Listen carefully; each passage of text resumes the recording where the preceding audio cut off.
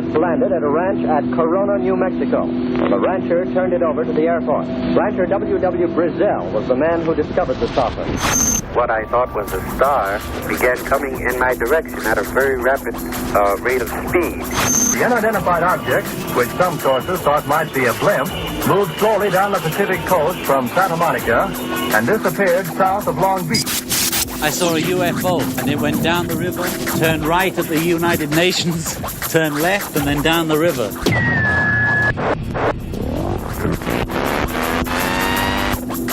UFO Classified. UFO Classified. No more plausible deniability. Fact, fiction, or the truth. You decide. And now, the new voice of the high desert, the hostess of UFO Classified, Erica Lukes.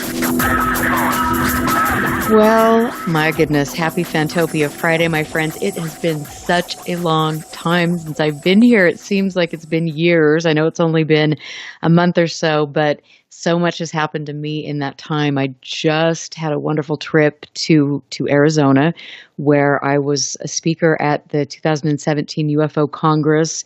It was fantastic. I got to hang out with some of my friends, Ryan Sprague and James Fox, who was always funny, smart. He has so much going on. I like him a lot. Dr. Lynn Kitai and the whole crew. And I also got to finally meet my guest tonight, somebody who's been on my show before and somebody who I happen to think is really a profound person in the field. He has contributed a lot and knows more than anybody about cattle mutilations, and we are going to bring him on in a moment. But first, I want to just tell you a little bit about what I've got coming up in the next month. I can't believe it. I think I need a vacation from all my vacations. I will be speaking on March 31st in Edinburgh, Texas, at the Out of This World UFO Festival and Conference, which is organized by Noe Torres and Ruben Uriarte, one of my dear friends. Actually, they both started the festival, and it is wonderful. So retired aerospace engineer Ken Johnston will be there speaking, Jim Mars, Ben Hansen, my friend, and I will be talking. Noe will be hosting a panel. I'll be hosting that panel as well. So if you're in the area, please come. It'll be a lot of fun. It's always great to meet new people and to establish connections in different communities. This is really important. I want to say that I had a great time after UFO Congress because I went out into the middle of the Arizona desert for 5 days with my research partner, Jeff Cox, and with Ted Rowe, and we conducted a field research study that will be, I think, very interesting when we get all of the data analyzed. I have to say I was pretty hardcore, and I slept outside in the desert without a tent, and it was a trip. It was so intriguing to hear the coyotes prowling around at night. I don't know if intriguing is the right word. Probably frightening now that I look back on it, but it was the most beautiful landscape, and I learned a great deal. I have to say, all my love goes out to my friend and partner, Jeff Cox, because he is really just a good human being and a great researcher and somebody that we need to keep our eyes on in this field. So we will keep you updated on all of that. I want to give a shout out to Northern UFOs and Susan and everybody in the chat room, and thank my friends Hoska and Shane Hurd for being there and hanging out with me at UFO Congress. It's always cool to connect with everybody and to put faces to names, and I appreciate your support a great, great deal. My guest tonight is not only just super cool and super spicy, I have to say, and I love that about him. The more time I spend in this field, the more I appreciate people that just say it like it is, and they don't take any nonsense from a field that is full of half-truths and delusional personalities. Christopher O'Brien is co-host of the Paracast, but more importantly, he is a musician. He was a professional designer. He has written many books on the field, in this field, and one of them, The Mysterious Valley, which was in his 10th printing. He researches all of this amazing stuff with a particular place he lives, and we're going to talk about some of that, but then he also did a great book that I've got right in front of me called Stalking the Tricksters, Shapeshifters, Skinwalkers, Dark Adepts, in 2012. It's really cool. Talk about that. Seriously, like, Chris, what haven't you done? I mean, your cattle mutilation, Stalking the Herd. You've been in all of these TV shows. How cool can you be? Promoting myself and creating a cult of personality. That's one thing I haven't done. That's why a lot of people have never heard of me. They say, well, how come I've never heard of you? And I said, because I don't go around, creating, my own little clique and cult around me, like most people in the field do, that you know about. And the reason why you know about them is because that's exactly what they do. I mean, seriously, and that's the thing. It's like you can just go sometimes to some of these conferences and you see that. And I was kind of awestruck about the fact at UFO Congress that, in my opinion, the most important person in the field, in the world, who has the most to offer, Erling Strand, was there from Norway. And he had, his audience was half the size of Colonel Halt. And to me, I just sat there with my jaw on the floor, like, really? Yeah. Well, I mean, I can pretty much tell you why that is. Most people, when it comes to actual, boots on the ground, scientific, hard science and scientific research with gear and protocols and the type of real stringent sort of parameters that need to be in place for people like the Hesdalen Project Group, you got to have real stringent protocols in place and procedures. This kind of stuff, when you start talking about, recording gravitometers and magnetometers and blaze gratings to separate light into spectra, people's eyes glaze over, and all of a sudden their behinds start getting sore in the seat. So. I really don't know what it is. I suspect that what we're seeing is the vast majority of people interested in these subjects are interested more out of a sense of curiosity and entertainment. They're looking for entertainment, and then slowly we're seeing a large group within that amorphous crowd of people starting to kind of lean into a direction of religious belief. And I really have a pretty good sense that we're seeing the slow kind of formation of a 21st century religious belief system, and people are actually looking for salvation, looking for something to solve all our problems for us. And unfortunately, they're going to be waiting for a while, because I think we're pretty much responsible for our own actions here collectively, and there's no benevolent space brothers that are going to come down and solve all our problems for us. Absolutely. And I think, I've been reading a lot of Jacques Vallée's work as of late, and I mean, he warned of this, how many decades ago, that if we didn't get a handle on this and really study this issue scientifically and get people involved that had rationale, we would see these kind of cults and some of these organizations form and mislead people in the field. Yeah, it's one of the books I recommend. Probably it's up there in the top 5. Messengers of Deception. I think anybody who's interested in this field that kind of scratches their head when they listen to the latest, a stunning, sensational announcement by any number of people, David Wilcock, Stephen Greer. You can go down the list of kind of P.T. Barnum types, if you will.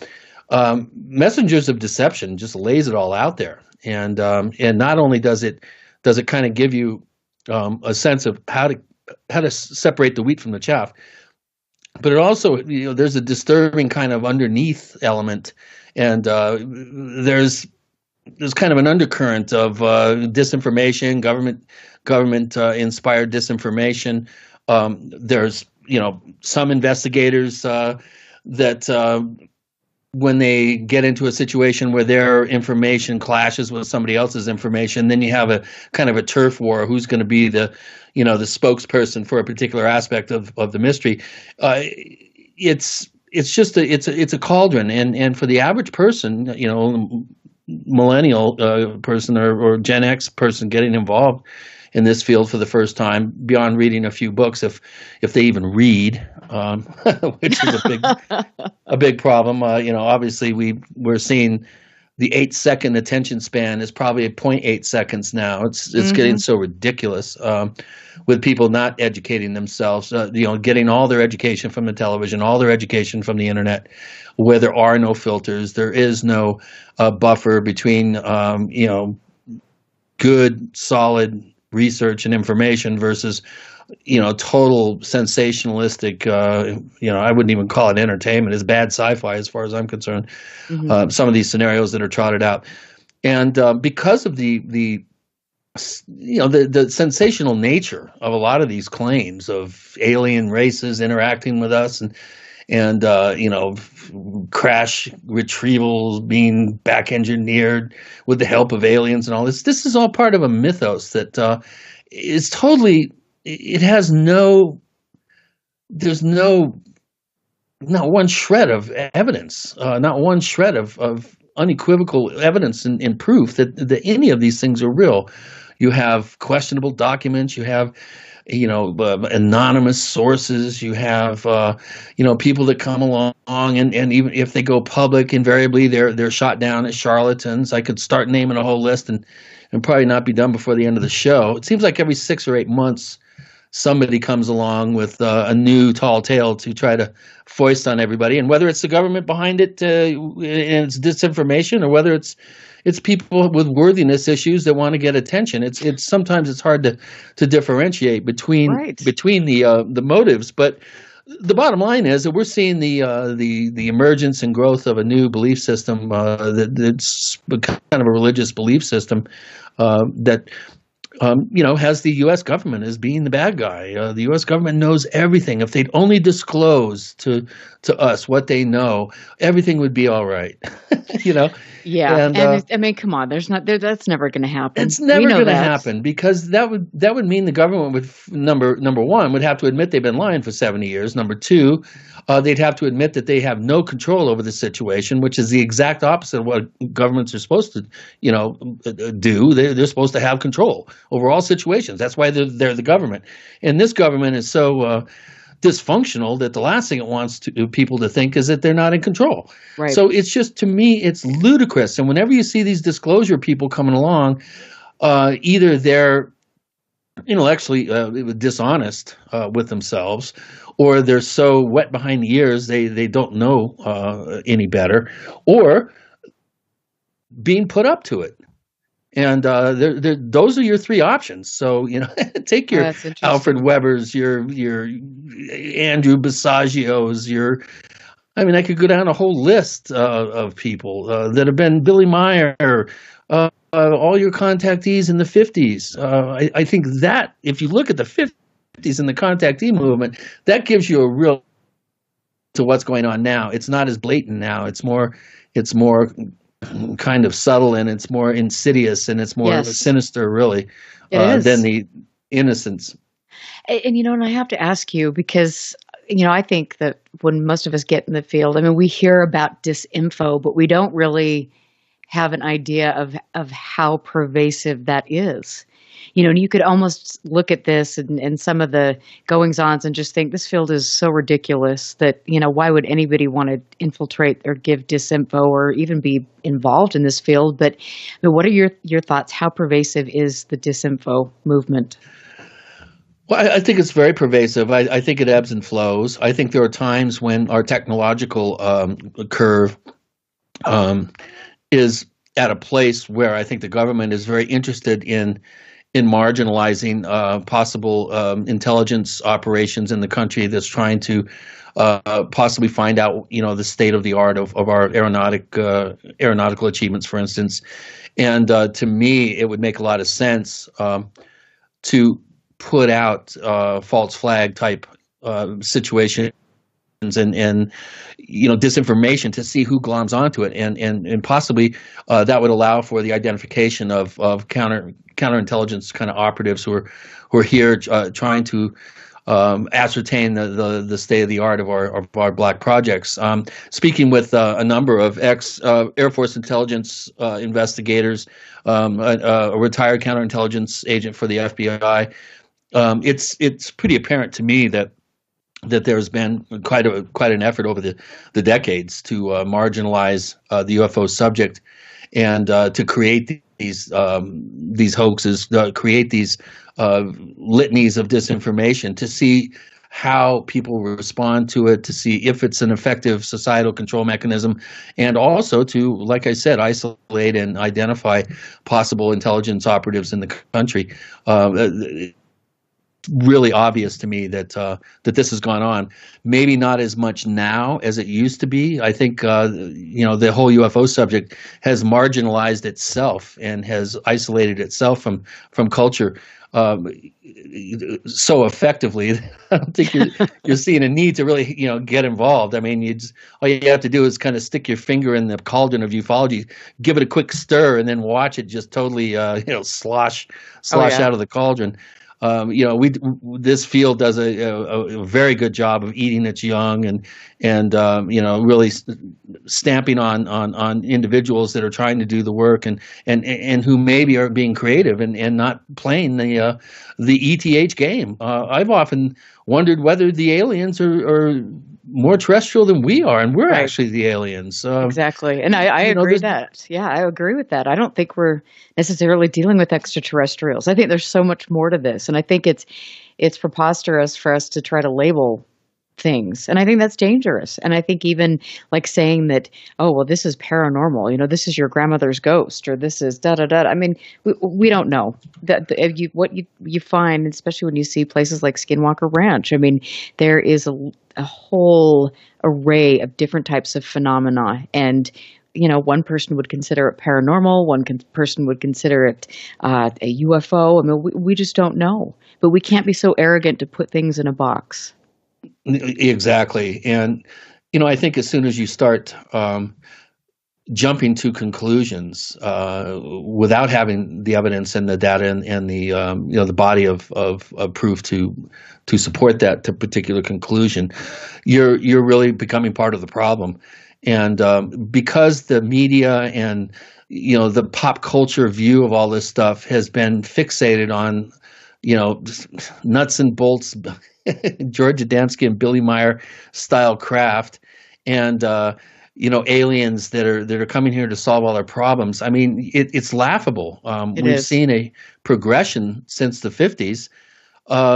It's really it hasn't progressed at all. Really, you're seeing the same kinds of MOs by contactee types, people who claim to have been part of the U.S. military space forces, and time travelers that, I was 6 years old and they time traveled me back to the Gettysburg Address. I went to the moon with Barack Obama. People believe this stuff. Yeah. Well, I mean, that's how much of a role do you think certain organizations have played in the disinfo? Organizations, that's a tough one to answer. I think they've been manipulated. I think that they've been used as a convenient vehicle for disinformation. I don't think that they're doing it by design. Let's put it that way. Not to my knowledge. I don't think it's by accident that MUFON, for instance, started barely 6 months after Project Blue Book ended. I mean, hello. Yeah, red flag. Yeah, exactly. So, let's get out of the public, the realm of UFO research as a military or the government, and we'll, have this civilian, vacuum cleaner setup that's going to be, sucking up all the reports and citing events. The people are, the 1 out of 10 people are even motivated enough to officially report. So I don't think that the groups themselves institutionally are behind any sort of disinformation. I think they're willing dupes. I think that they're just banging the ETH drum very effectively. But not even that though. I mean, that's the thing. I've never heard necessarily MUFON come out with a strong stance on anything. It could be we never hear anything. It's just another case after case after case, another lights in the sky. Okay, it's this, it's that. There's no follow-up. There's no progression. It's all reactive. Everything is reactions. You're going places and getting anecdotal descriptions of events. There's very little proactive efforts, I think, in the field. The Hasdellen Project is a shining example of a proactive effort. My pending San Luis Valley detection project with cameras, recording magnetometers, recording gravitometers, blaze gratings, all the things that I mentioned before that I said makes people's eyes glaze over. We're actually attempting to do this. The level of technology and the cost of that technology has made it, it's made it, even possible to do this. When I first planned out my surveillance net in the valley there, back in the early to mid 90s, by the time I had it costed out, it was over $1 million. Now I can do the same thing for about 20,000. Oh, isn't that 25,000. So, the level of technology has exponentially gone through the roof, and the size of these instruments are now much smaller, and the cost has come way down. So it's possible to actually set up in a hotspot area a very effective monitoring, triangulated monitoring system with cameras and recording different kinds of scientific data, where if you do have a true event and you're able to log all this information, have a real just totally locked down and unassailable evidence chain, then all you need is another event or two to come along and you'll be able to replicate some data. Then you're off to the races. You could get an optical physicist interested and possibly publish a paper in the Journal of Optical Physics. I mean, you could publish at the Society for Scientific Exploration. Yep, SSE. Yeah, and there are other places that would be interested in this kind of scientific data, because it's not just a bunch of anecdotal, ranchers, housewives, farmers or whatever, right. Trailer park, rednecks, whatever it is. You're not totally relying on that. You've got the data. Right, and I love that. We're going to talk more about that because that was very similar to what we were doing in the Arizona desert. And I want to just say thank you. I'm so happy to be back, all of you. I'm Erica Lukes. I'm here with Christopher O'Brien. We are going to take a break, and we will be back.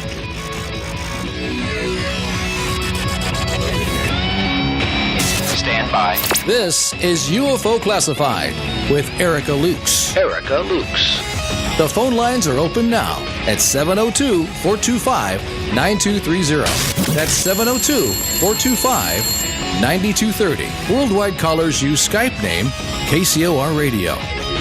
More UFO Classified. UFO Classified with Erica Lukes on the KCOR Digital Radio Network. After this.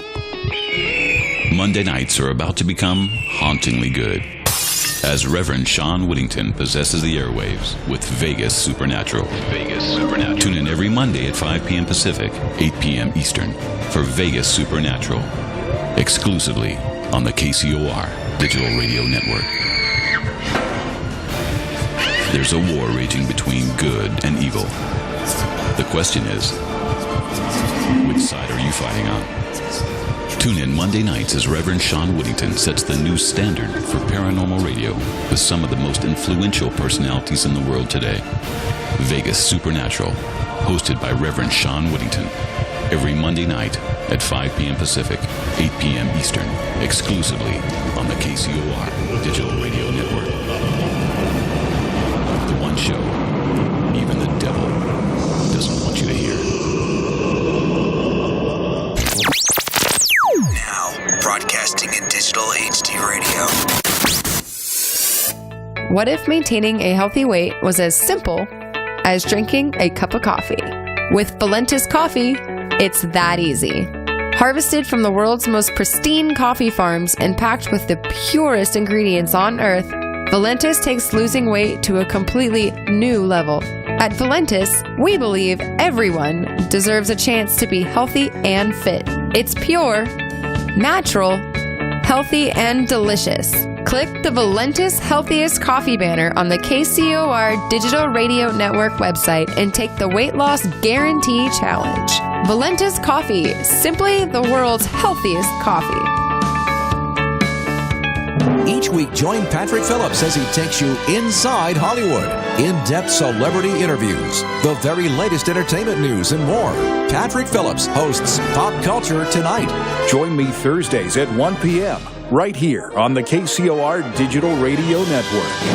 When danger is imminent, will you be prepared? Now many mobile devices can bring you critical information from local sources you trust. With the unique sound and vibration, wireless emergency alerts keep you in the know wherever you are. Learn more at ready.gov/alerts. Brought to you by FEMA and the Ad Council. America's favorite radio station just keeps getting better. Hello, people. Aaron Hunter here, host of the show Real Paranormal Activity, where we tell the true stories of the paranormal from people like you. We also interview authors, mediums, psychics, and investigators as we dive headfirst into the murky waters of the paranormal. We discuss subject matter such as orbs, shadow people, paganism, the occult, and the demonic. Join me on Mondays at 7 p.m. Pacific, 10 p.m. Eastern, here at KCOR Digital Radio Network.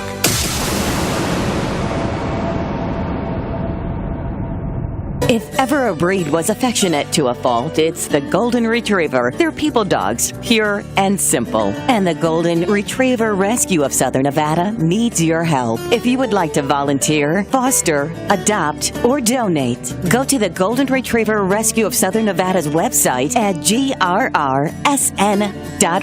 That's grrsn.org. Or call 598-GOLD. That's 598-GOLD. You're listening to UFO Classified with Erica Lukes, where the truth isn't hidden beneath the black lines of a Sharpie. That's the craziest thing I've ever heard.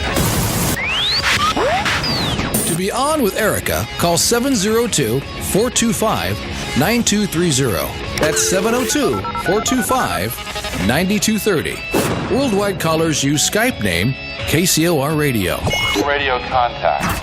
Share your thoughts on the show on Twitter by using hashtag KCOR. Or head over to the live chats at KCORradio.com. The audience goes nuts. And now, your host of UFO Classified. Are you ready? Erica Lukes. Erica Lukes. Welcome back. And as I said before the break, I have missed all of you a lot. I really appreciate you being here, and I'm back, so this will be fun. I've got a lot to tell you. We did a great field research study in the Arizona desert. I had a wonderful time at UFO Congress. There was a little bit of intrigue going on there that I'm going to talk about. That intrigue, the Men in Black visits, maybe, with my guest tonight. Chris O'Brien is a prolific writer who is very thorough in his research.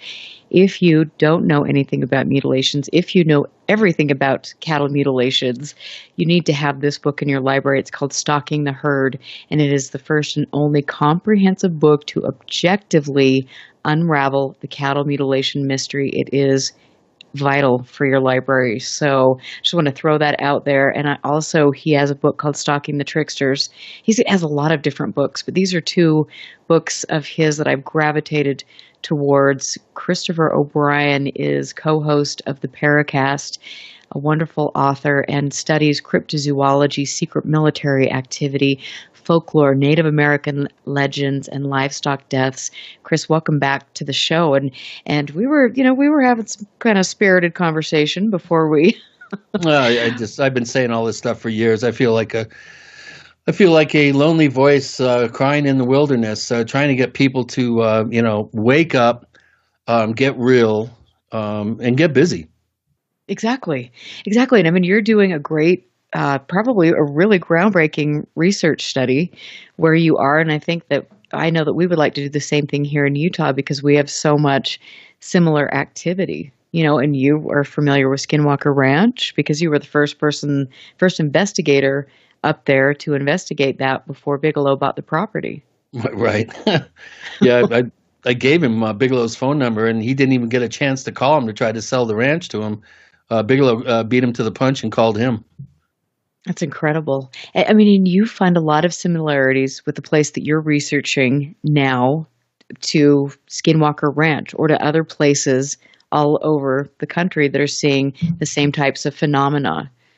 Yeah, I think Skinwalker, or the Sherman Ranch, as I prefer to call it, the Skinwalker tag, I think, is a little bit misleading. Of course, the whole area there south of Fort Duchesne is surrounded by the Ute Indian Reservation, and the Ute really don't have a tradition of skinwalkers like the Dene do, the Navajo and Apache. But they think that possibly Navajo skinwalkers are lurking around in that particular area. And I think that that's a lot of sensationalism myself. I think there's something much more complicated going on than black magicians, witches, sorcerers, and Native American sorcerers. I think that's kind of salacious and is just meant to sensationalize the place. That's why I don't really like that term Skinwalker Ranch, but sometimes you just have to go with it because that's what people know. Right. I wouldn't say that is you find areas like that around the country. If you do, it's very rare. I think you find regions, the Uinta Basin, for instance, where the Sherman Ranch is located, just south of the Uinta Mountains there. That whole area is just amazing. And there's a variety of and intensity of unusual occurrences there that I think are pretty much unrivaled anywhere except where I spent 13 years investigating the San Luis Valley. There's some places, other places in the Southwest where you have that same kind of variety and intensity of unusual experience, unusual reports and stuff. But I think it's almost head and shoulders above any other place that I've heard. Everything is so closely the proximity from all these different types of unusual events is in such a small geographic region there on the ranch that. The Marley Woods case supposedly in southwestern Missouri that Ted Phillips has allegedly he's been monitoring that activity for almost 20 years there. Mm-hmm. There's areas around White Sands, Skura Peak, for instance, that are pretty spooky. There's some spooky areas east of Tucson, Arizona. And you could go down the line. The areas around the Dulce, the town of Dulce on the Jicarilla Apache Indian Reservation. Oftentimes, these places are on Indian reservations or in close proximity to Indian reservations, and you also have a military or government presence. And again, if you combine those two elements with unusual geophysical properties, whether it's magnetic field strength, proximity of real heavy duty field strength in magnetic field, maximum field strength in close proximity with minimum field strength, for instance, that's an indicator that you may have some activity there. And plus, if you have the Native American tradition of weird stuff, and if you have the tradition of waves of anomalous activity, whether it's UFOs, crypto sightings, that sort of thing. And generally, if you have those four things, you're going to have a military or government interest in the area. And there are quite a number of areas like this around the country. But I think they all pale in comparison to the activity that we saw there on the Sherman Ranch from 94, 93 through about 2005. There was a bit of an upsurge in 2008 and 9. But it seems to have died off, at least officially, since those real heavy-duty periods. That 10-year time period between 93, 94 and 2003, 2004, I mean, there was a whole team of scientists up there, and it would really be nice if we could ever see some of the evidence and data that they collected, although I think hell will freeze over before Bigelow lets any of that go, because I think he's really trying to downplay his involvement there and the involvement of his group, the National Institute of Discovery Sciences, which is now defunct. Now, let's talk about some of the people, the scientists that were involved up there. I mean, from what I understand, Jacques Vallée was involved, Colonel Alexander, Colm Kelleher, and who else do you know? Well, Kit Green, I think, made a couple of trips. Eric Davis, the physicist, also Dr. George Onett, who was a veterinary pathologist. He did some research and investigation on some of the cattle mutilation cases they had. There were a number of people. They had a team of private investigators that were canvassing the area, conducting interviews. They were working, I think, fairly closely with the UN law enforcement. And plus, who they could have brought in any number of people into that scenario that we just will never hear about because of this being. They don't want to be slimed publicly by being attached to such a sensational case like that. So who knows? Maybe Hal Puthoff even made it up there. There's a number of people that were friends with a lot of the people that we've mentioned or associates of the people that we've mentioned that could have made the trip up there. There was allegedly one physicist who went up there that was so freaked out by what happened to him and the group he was with that he swore he'd never go back up there again. So, we do have a little kind of titillating bits that have come out over the years. We've had a couple of guards that have come forward. They've stolen documents and came forward with some stories. There's several books that have been written by supposedly an ex-security guy up there. I think the first book may have had some real stuff in it. The rest are all just fictionalized. Yeah, that's what I've heard. Yeah. And also, there's been a number of private investigators, independent investigators, David Weatherly, Brian Skinner, Ryan Burns. There's a number of people that have been keeping their eye on the ranch up there over the years. As soon as it hit the newspapers and all that publicity and stuff broke loose, I kind of distanced myself from the case. I did keep in touch with Terry until he signed his non-disclosure agreement with Bigelow, but after that, it just became such a zoo and a circus up there that I just didn't want to, do the 450-mile trip one way, almost 1,000 miles round trip for me from Colorado going up there. But I did talk with Terry, and I actually was on the phone with him during one of the most sensational events that occurred up there when his dogs ended up getting melted in the woods out from his house after a weird sighting event of this blue glowing orb that came down and was checking out his wife and his livestock and dimmed all the lights, and his dogs went chasing out after it. I was actually on the phone with Terry. I got a blow by blow account of what was happening real time, and then he said, "I'll call you back tomorrow." Well, I have to go get my dogs because the dogs had chased off into the woods after this glowing blue ball of light. And next day, he told me all he found was 3 grease piles with some hair, some singed hair. So he had no idea what happened to him, but they definitely got messed up. Yes, I would say so. And that's really incredible that you were on the phone with him. I mean, how long was the conversation? It wasn't that long, maybe 10 minutes. He was yelling at his wife, "Get away from that thing." He goes, "Oh my God, all the lights just dimmed." "Oh, my dogs are freaking out." I had talked to him for a while before that, and then this thing showed up.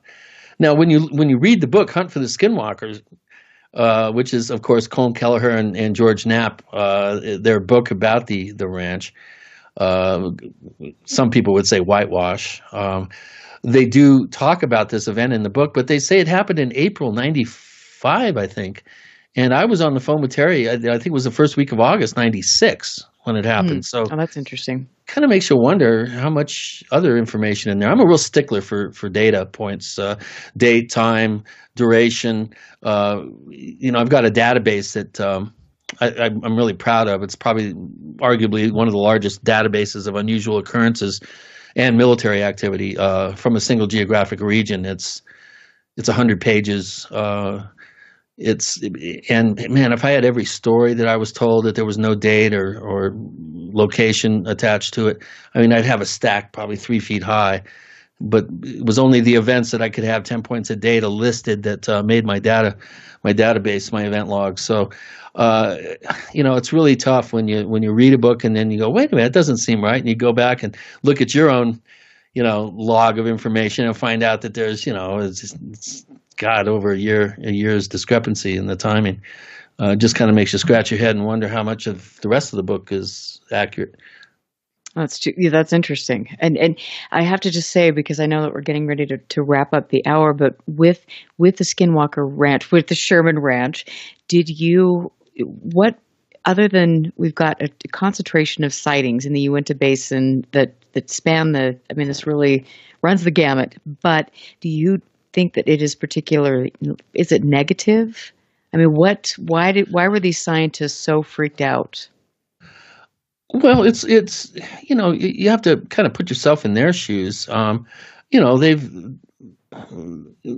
very bright guys. Number one, they've got advanced degrees in science, and this place totally rocked their reality view. I mean, it just totally threw their reality view out the window.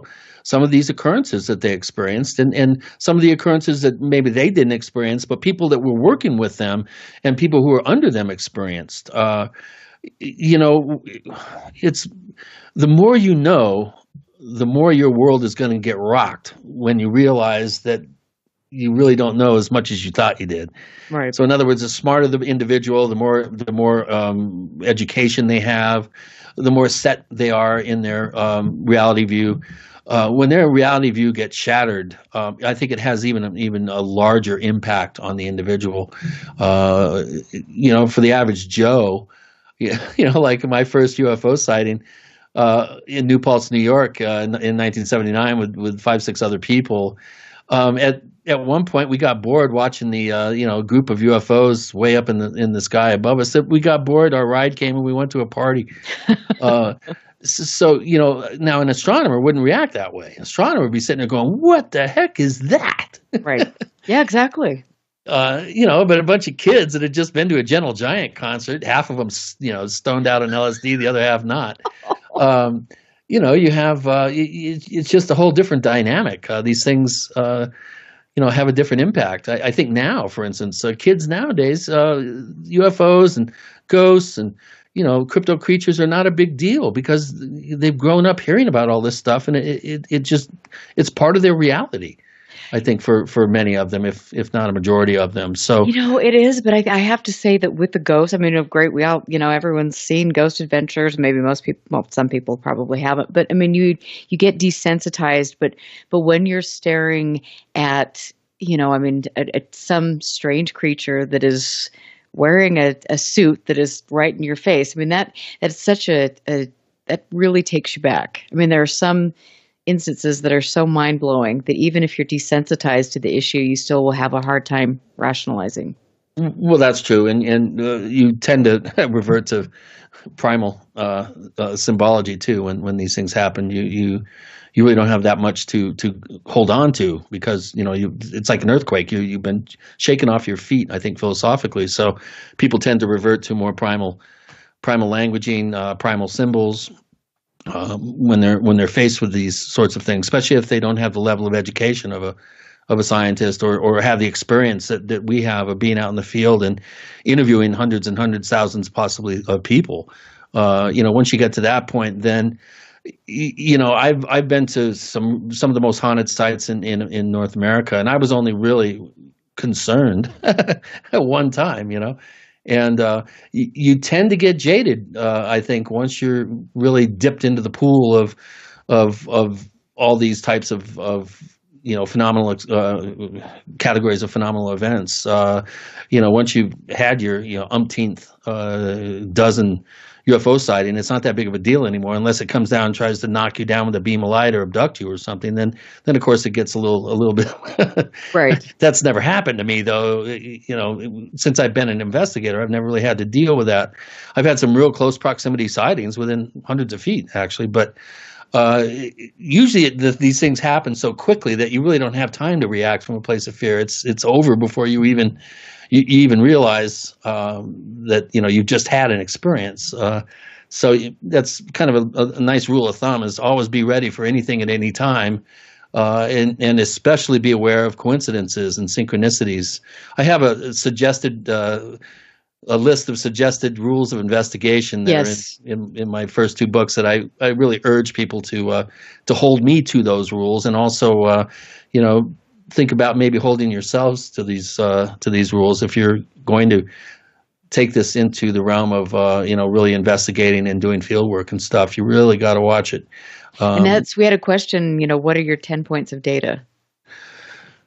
10 points of data. Well, date, time, name of witness, location, whether a report was filed, what type of report, if a report was filed, names of other witnesses, how many people were involved, the duration of the event, a description, a blow-by-blow description of it, and the name of any other investigators who were involved in the case. Okay. Thank you. And that's great. And I mean, of course, and I'm just so sad that we are not doing this for 2 hours, but you know that you're going to be coming back. And just to tell all of you listening, I'm going to be bringing Chris back once a month. So he'll be here like helping me co-host and really have some engaging conversations because Chris, you just know so much. And we didn't even talk about the tricksters, but I want to say with regard to your most up close and shocking experience, what was that? Well, I think on my first visit, I mentioned that when I was just about to turn 7, or I had just turned 7, I had an up-close and personal experience with 4 non-human entities. 3 of them were about the same height as me. 1 was a little taller, was hiding in the back, and they were impossibly skinny. I called them stickmen.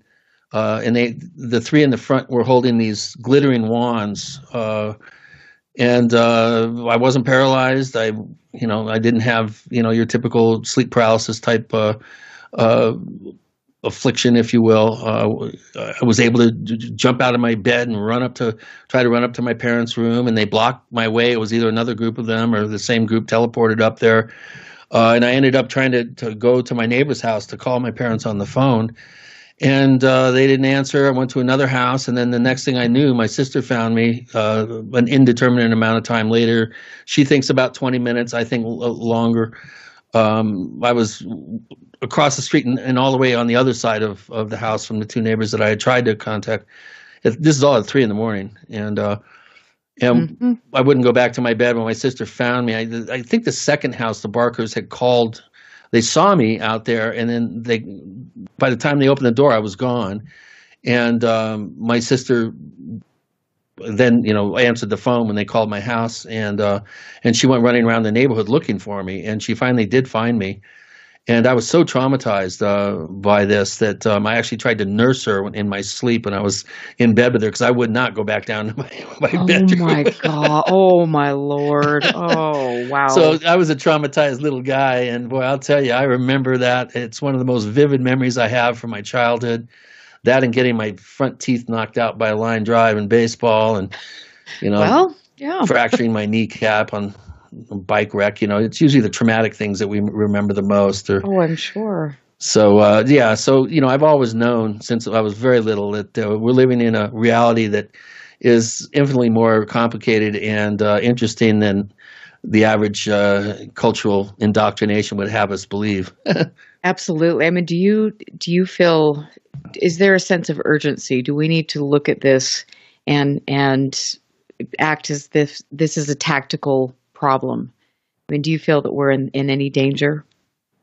Not really. The only danger that we're in is the danger that we're creating for ourselves. I don't think that there's any imminent danger from any of these categories of phenomenal events. I think that, again, that there's nothing here to eat us. There's nothing here to save us. Basically, it's reflective. It's going to reflect what we kind of it's a co-creative process. In other words, it's a very reflective thing, and it's all on the quality of your own thinking. It's going to pretty much reflect. If you're in a place of fear, it'll reflect that fear. If you're in a place of wonder, it'll give you something to wonder about. I've always noticed that there's tends to be a symbiotic relationship between the emotional state of the witness and experiencer and what they actually experience, especially if it's up close and personal. It doesn't hold true for all cases, but I do see a trend like that. I think that we're our own worst enemies, and if we don't get our proverbial act together when it comes to the environment, when it comes to just basic things about the haves and the have-nots, we're going to have some real problems. I mean, they're bad now, but compared to what's coming down the pike, if we don't address some of these issues, I think there's going to be a tipping point in when that Peter Finch moment in Network, when everybody's going to open up their windows and scream, "I'm mad as hell, and I'm not going to take it anymore." Yeah, I think that's coming any day now. And I think so. Oh, my Lord. Thank you so much for being here. Where can everyone find you? I know Amazon, if you want to get any of your books. Where can people find you? Well, if you want signed books with a bunch of goodies and other things, DVDs and audio tapes of my music and stuff, go to OurStrangePlanet.com. OUR Strange Planet. It's a strange planet. It's our strange planet. That's right. And of course, you can find me at theparacast.com, with one of the longest running shows of this type out there on the internet. And we have 600 shows that are in our archive that you can peruse through. And they're great. And thank you so much, Chris, for being here. You're going to be back very quick, and I will talk to you soon because we've got a lot to talk about. But Thanks for having me. Looking forward to next time, Erica. Okay, thank you. Have a good one. And all my friends out there, I want to say we're going to take a break, and I have got Dr. Richard Haynes coming up next. I have to run off, but this is a pre-recorded segment that is really important for all of you to listen to. I will be back next week, and it is going to be a great show. You can go to UFOclassified.com to see all of the updates and to read some good information on research. We will be right back. Listen very carefully. This is Houston. Say again, please. Houston, we've had a problem. This is UFO Classified, live every Friday night, 4 p.m. Pacific, 7 p.m. Eastern, exclusively on the KCOR Digital Radio Network. The truth is out there, just waiting to be discovered. And now, if you will, accompany me on a journey to the future. For more information on the host of UFO Classified, Erica Lukes, upcoming guests, as well as links to the past shows, visit her website at UFOclassified.com. UFO Classified. UFO Classified. This is KCOR Las Vegas, home of the Digital Radio Network, broadcasting from a shack just south of Area 51. Wait, that doesn't exist. This is the